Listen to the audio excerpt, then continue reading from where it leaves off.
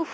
প্রতিদিন যে কি নতুন নতুন রান্না করি এ নিয়ে আমার মাথা খারাপ হয়ে যায়। আর্যর বাবা আমাকে বলছে কুমড়োটা একটু নতুন ধরনের করো দেখি। আমি ওকে কি করে বোঝাই বলো তো, যে কুমড়ো তো কুমড়োই হয়, ওটা আর নতুন করে রান্না করার কি আছে। তাই মাছের মাথা টাথা গেল বাদ।